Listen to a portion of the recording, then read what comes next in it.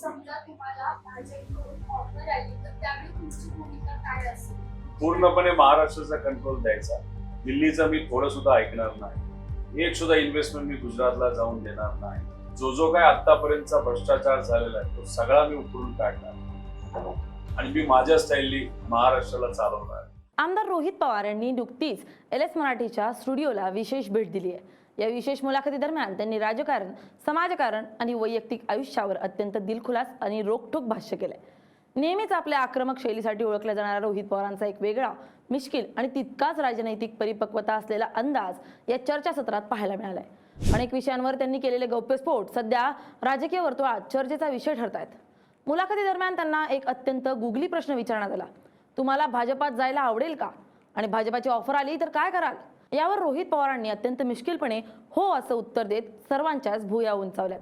पण हा होकार साधा सुद्धा नव्हता, तर त्यासोबत त्यांनी भाजपासमोर थेट आणि कडक अटींची जंत्रीच मांडली. रोहित पवारांनी जाहीर केलेल्या नेमक्या अटी काय आहेत पाहूयात.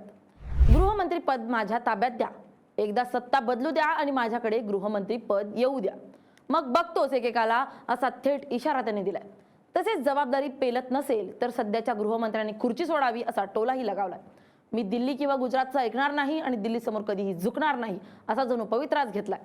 गुजरातला नेलेले सर्व उद्योग आणि प्रकल्प पुन्हा महाराष्ट्रात आणले पाहिजेत या अटीवर तर ठाम राहिलेलेच पाहायला मिळाले.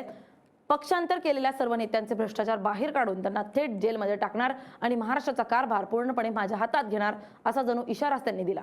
सर्वात मोठी अट म्हणजे IFC आंतरराष्ट्रीय वित्तीय सेवा केंद्र पुन्हा महाराष्ट्रात आणलं पाहिजे या अटीवर अडून राहिले. जर समजा तुम्हाला भाजपकडून ऑफर आली तर त्यावेळी तुमची भूमिका काय असेल? कशाच्या बाबतीत? जायचं का नाही पक्षात? जायचं की नाही पक्षात? भाजप काय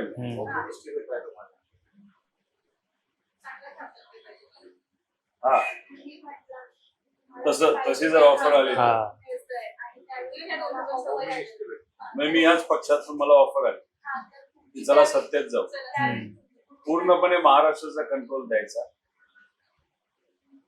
दिल्लीचं मी थोडं सुद्धा ऐकणार नाही. एक सुद्धा इन्व्हेस्टमेंट मी गुजरातला जाऊन देणार नाही.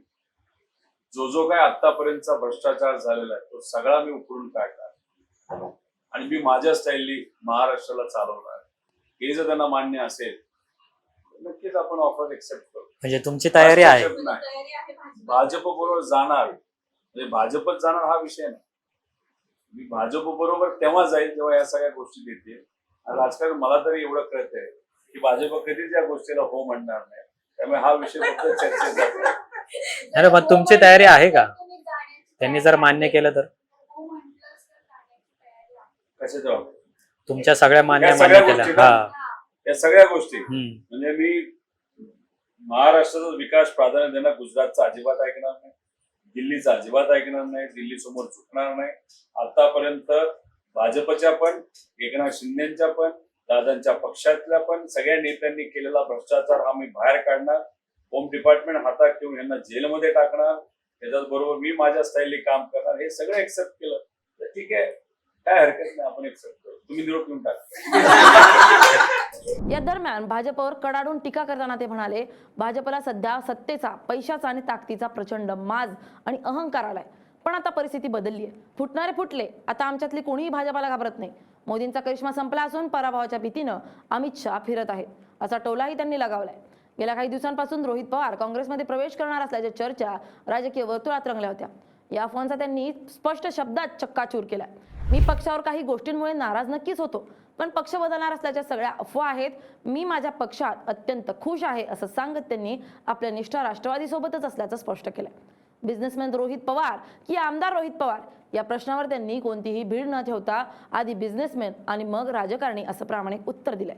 रोहित पवार आज राजकारणात ज्या उंचीवर आहेत त्याचं श्रेय त्यांनी आपल्या कुटुंबाला दिलंय. मी कोणामुळे घडलो या प्रश्नावर त्यांनी अत्यंत आदरानं आई वडील शरद पवार साहेब यांचं नाव घेतलंय. पण त्यांच्यासोबतच माझ्या बायको आणि मुलांमुळे मी घडलो अशी कृतज्ञता त्यांनी व्यक्त केली आहे. राजकारणाच्या व्यस्ततेमुळे कुटुंबाला वेळ देता येत नसल्याची खंत त्यांनी व्यक्त करत आपली मुलगी, मुलगा आणि पत्नीचं कौतुक केलंय. त्यांच्या भक्कम पाठिंब्यामुळेच मी आज इथं काम करू शकतोय अशी भावनिक कबुली त्यांनी दिली आहे. तसेच मी नकळतपणे प्रत्येकाकडून काही ना काही शिकत असतो. अगदी विरोधी पक्षातील देवेंद्र फडणवीस आणि पंतप्रधान मोदी यांच्याकडूनही मी शिकण्याचा प्रयत्न करतो. ट्रम्प यांच्या 99% गोष्टी मला आवडत नाहीत, पण 1% गोष्ट त्यांची आवडते, असंही त्यांनी नमूद केलंय.